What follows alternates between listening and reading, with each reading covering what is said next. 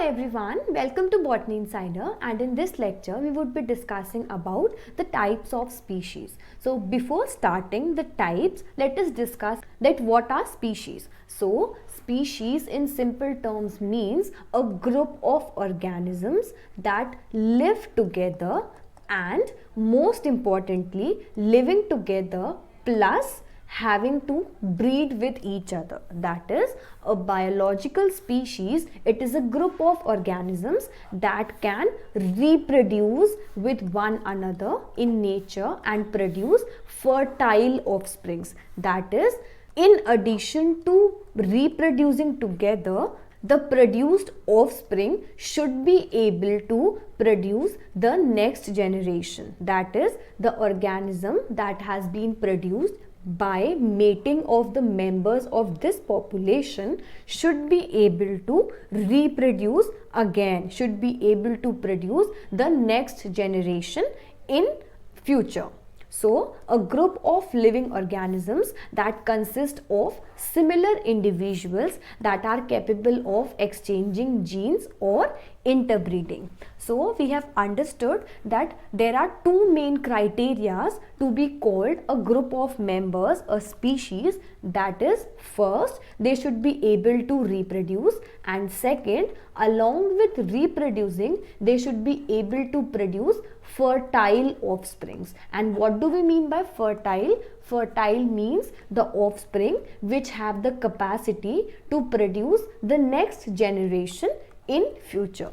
Let's move on and understand about the various types of species. We have these many types of species, that is dominant species, then we have keystone species, specialist, generalist, indicator, invasive, flagship, and the umbrella species. Let us discuss about each one of them in detail.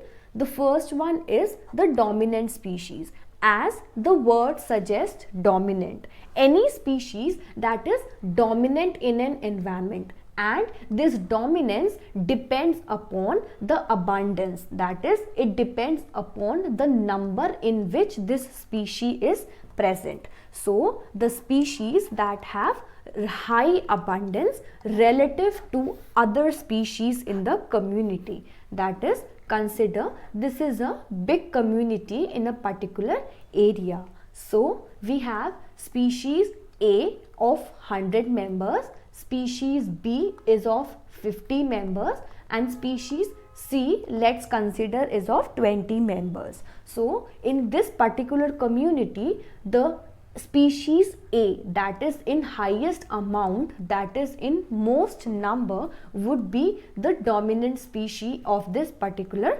community. And the dominant species have proportionate effects on the environmental conditions, the community diversity, and the ecosystem functions. That is, more is the number of species present, more would be the effect, more would be the impact of that particular species in the particular community they are living in. And with the increase or decrease in the number of these dominant species, there can occur ecosystem disbalancing. So we need to remember that because of the number, because of the abundance of these species have a particular effect on the community, and as the number gets disturbed, and as a result of that, there occurs ecosystem disbalancing. So the example of dominant species could be any species which is more in number.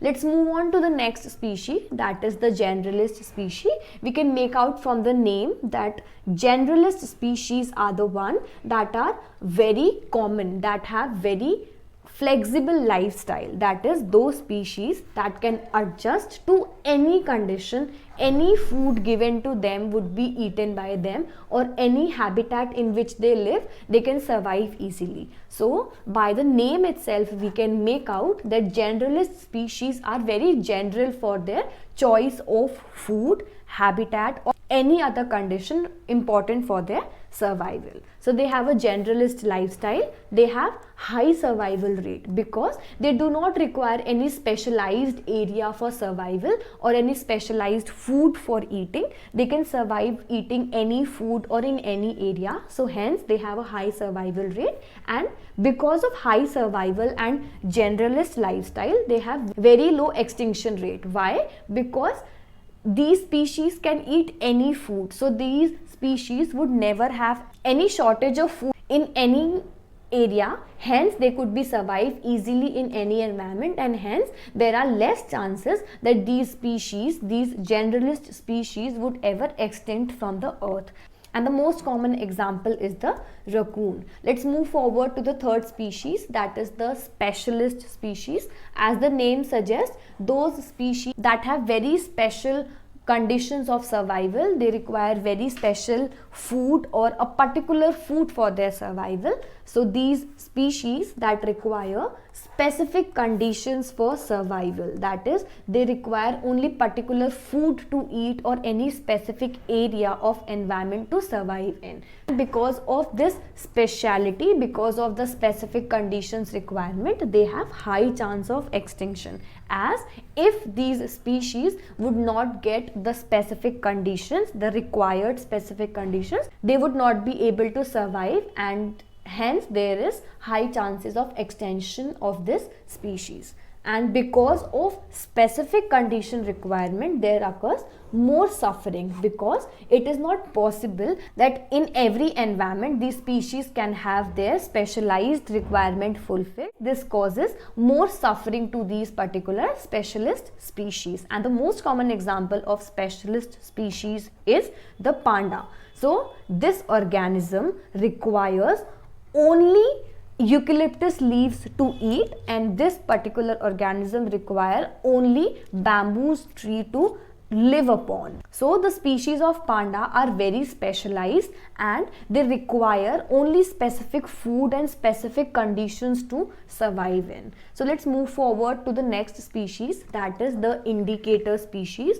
So we can make out from the name itself that these species are an indicator of any change in the environmental conditions. And the most common example of indicator species is the lichen. Why? Because lichens are the indicator of pollution in an environment. That is, when in any environment there is very high pollution, lichens would not grow, and hence the absence of lichen in this area would indicate the high level of pollution persisting in this area. So we can say that indicator species indicate about the environmental conditions, and their presence or absence highlight a particular conditions, as is the case with the lichens. And these indicator species are also known as centennial species. We need to remember the synonyms of a particular word because the examiner usually confuses us with the terms, with the synonyms, and we think that we have not studied the topic, but it is not the case. So it is important for us to remember the synonyms as well, so that we can easily solve out the questions. Let's move forward to the next species, and that is flagship species. So in this case also we can make out from the name as well, that is, these species are a kind of flag, that is, these species are a kind of highlighter. These species are easily recognizable, and this easy recognition is mainly because of the presence of a charismatic property, which means any attractive feature. That is, we can understand it by help of this example, that every one of us find panda very cute. So this is the charismatic property of this particular organism. It has a very cute appearance, and these flagship species are most of the time the part of the conservation biology. Why? Because we'll understand it in the next slide. And the last point is that these species, because of being part of the conservation biology, these are providing indirect benefit to others. As we can see that many a times when any particular conservation program or any particular conservation campaign is launched by the government or any other organization, so these flagship species which are having a particular charismatic properties are mainly used as their logos, and because of using these species as their logos, it attracts more amount of people for their conservation. And in addition to having a charismatic properties, these organisms usually do not have any particular area of appearance, means they are found in a very widespread area. So for protecting these organisms having a charismatic property and easily recognizable behaviors, these organisms provide indirect benefit, because when this project or when this campaign works in action, so the complete area in which these organisms are found, all the organisms, all the other organisms living in this area would get indirect benefit of this conservation and this campaign. Hence, these organisms provide indirect benefit to the other organisms as well. Let's move forward to the umbrella species. So, the umbrella species are the one that these species are selected for making the conservation related decisions, and because these species are indirectly protecting the other species that make up the ecological community of the habitat.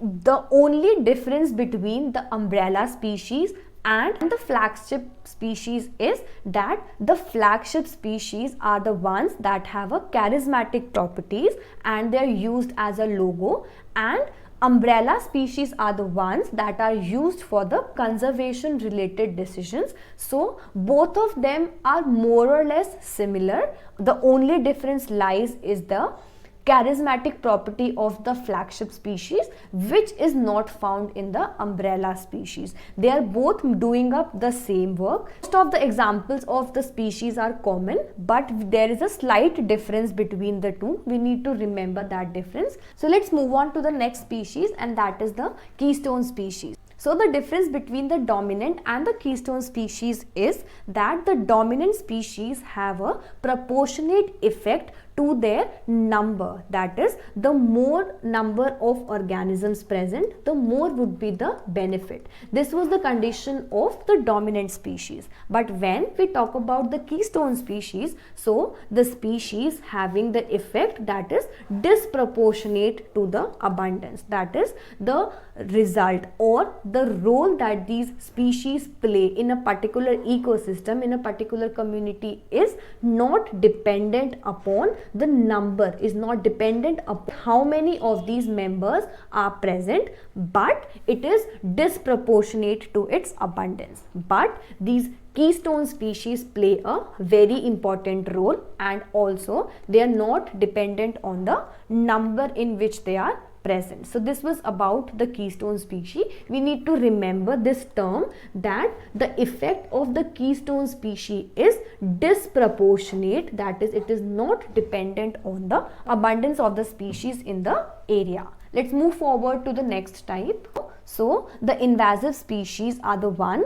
that are non-native to any particular area. That is, the species that are not originally from this area but are transported or but are transferred from any foreign or any outer area. So these invasive species are first non-native, and second, they stabilize in other areas, and because they belong to any other area, they are very harmful for the native species. And what are native species? Those species that originally belong to that particular area, and as a result of the harmful effect that they cause, they usually eliminate the native species of the area. So an invasive species is an introduced organism that negatively alters its new environment. That is, when a foreign organism or when a foreign plant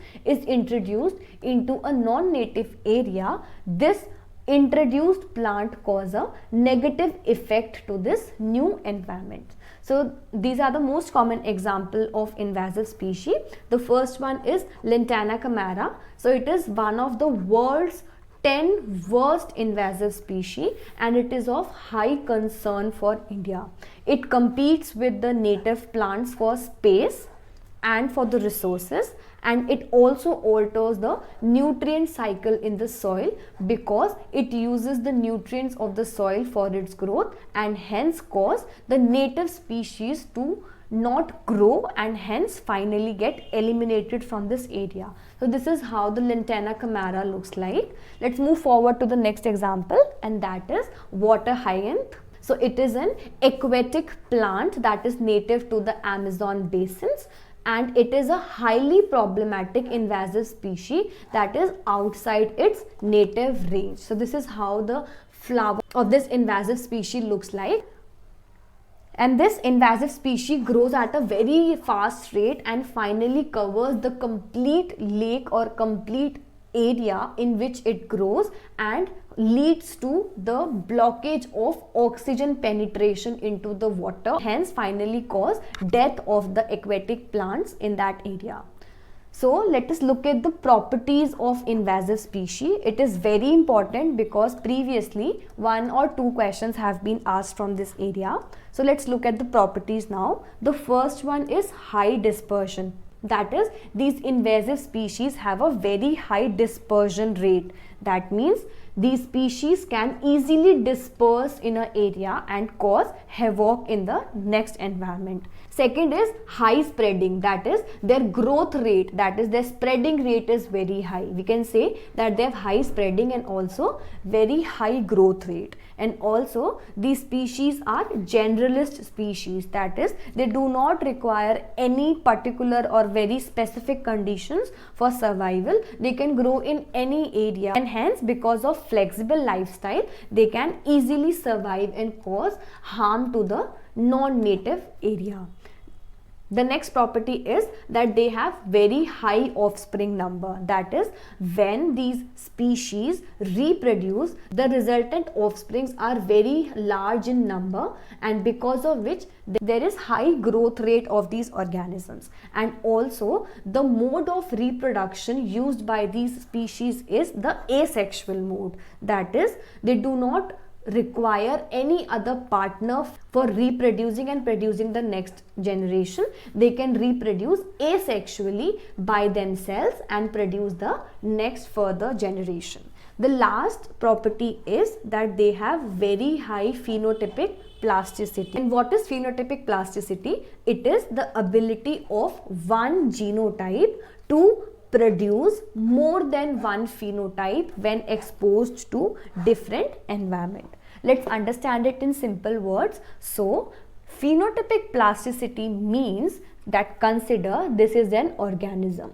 So when this organism is having a particular gene makeup which is known as the genotype. So when this genotype is exposed to, let's say, different type of environment. In the first case we have cold environment, then we have very hot environment, and in the third case we have moderate environment. So because of phenotypic plasticity, the result of this genotype is that in every different phenotype, in every different physical environment, the result of these different environments is that each time different phenotype, different physical appearance organism would be produced as a resultant. And because of this modification, because of this flexibility of the genotypes produced, these organisms, these invasive species have very high flexibility of growth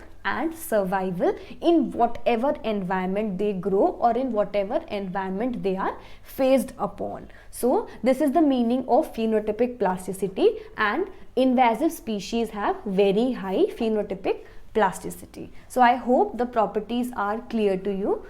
So with this we are done with all the types of species. So if you like this video, please do like, share it with your friends, and please subscribe to my channel, and I'll be coming up very soon with the next video as well. So thank you so much for watching. Until then, keep learning.